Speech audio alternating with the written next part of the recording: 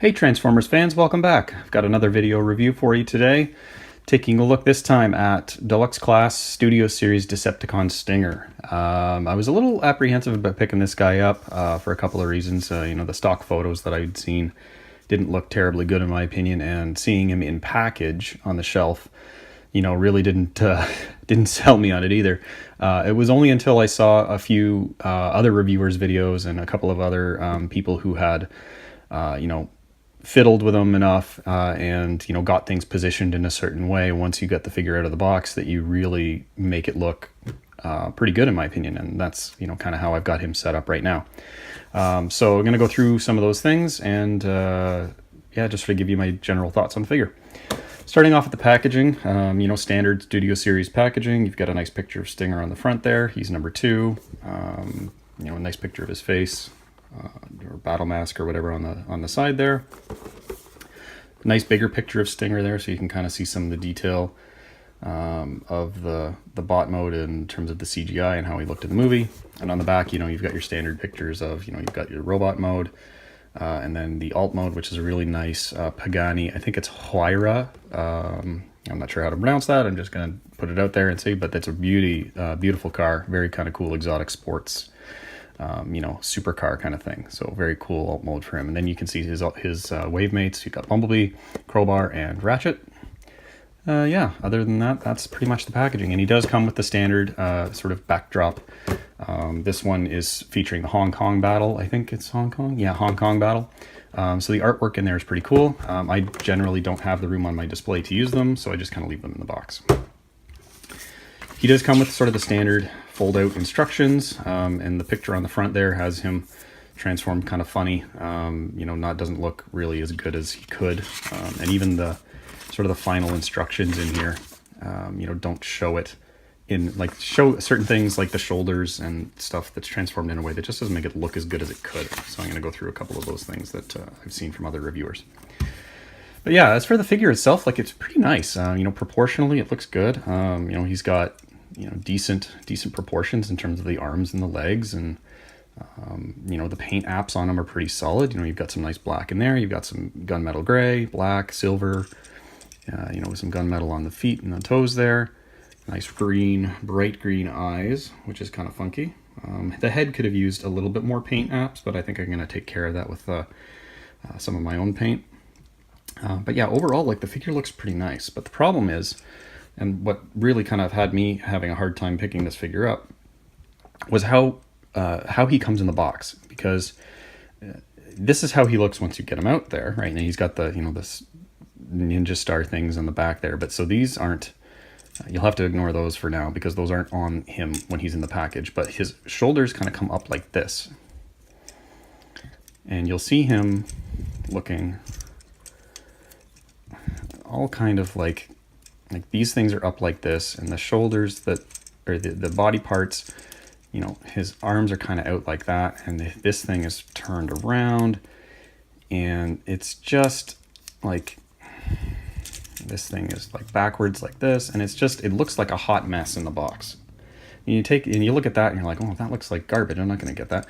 However, once you get it out and you get everything kind of positioned the way it's supposed to be positioned, right? You collapse the chest so that the wheels fit in better, and collapse that kind of big hole in his chest, and then you pull the shoulders down so it cleans up his shoulders.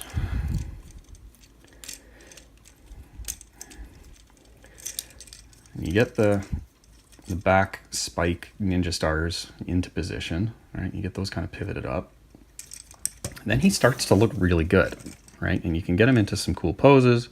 He's pretty posable. You can get the sort of the standard action, pose. And he does stand, he looks pretty good.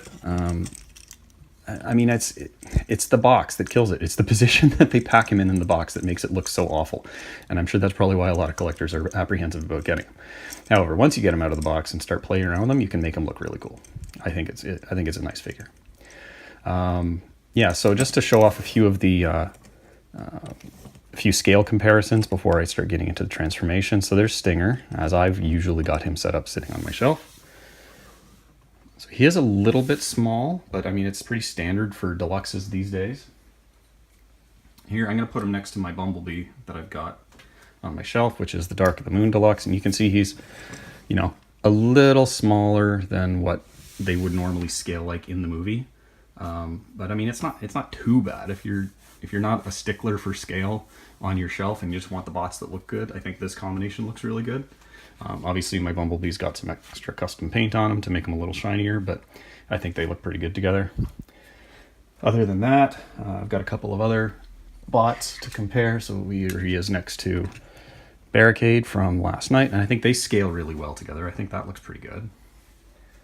And then for another Decepticon, let's bring in Voyager-class Studio Series Starscream. So these two scale really well together. Obviously, I mean, Starscream should be bigger because of what he is and alt mode and whatnot. But yeah, I think that, you know, for a team of Decepticons, I think they look really good. So that's for scale. Moving on.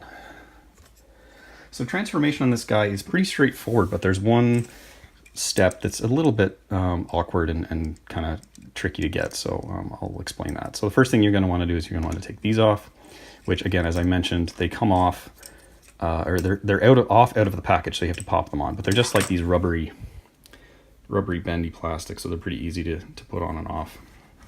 Just pop those off and set them aside, and then just kind of collapse these wings so that they're in line with each other. Now, I usually start by folding up the shoulders, and they're kind of on like a double hinge. I don't know if you can kind of see that, but it goes like that. So you want to straighten them all the way out. Just makes it easier to get the hands in position. Kind of straighten the arms. I probably should mention this before I get further into the transformation, but his arm cannon, you know, if you're not terribly careful about it, you'll put it in this position, because when you have the hood, right, it's flat like that, and then when you collapse it, this piece here tends to fold with the hinge. But in actuality, during transformation, this is actually an independent hinge, so you can set that up so that it actually, you know, looks like a claw, you know, kind of thing, which is a little bit more closely to what his arm blaster thing looked like in the movie. So you just have to like tilt that middle piece on that pivot to make it look like it should. So anyway, I'll unfold that. Then this rotates 180 degrees, and we'll just kind of set the arms aside for now. And then you pull the head up. It's kind of on this hinge, these two chest pieces, and then the arms kind of pivot like that.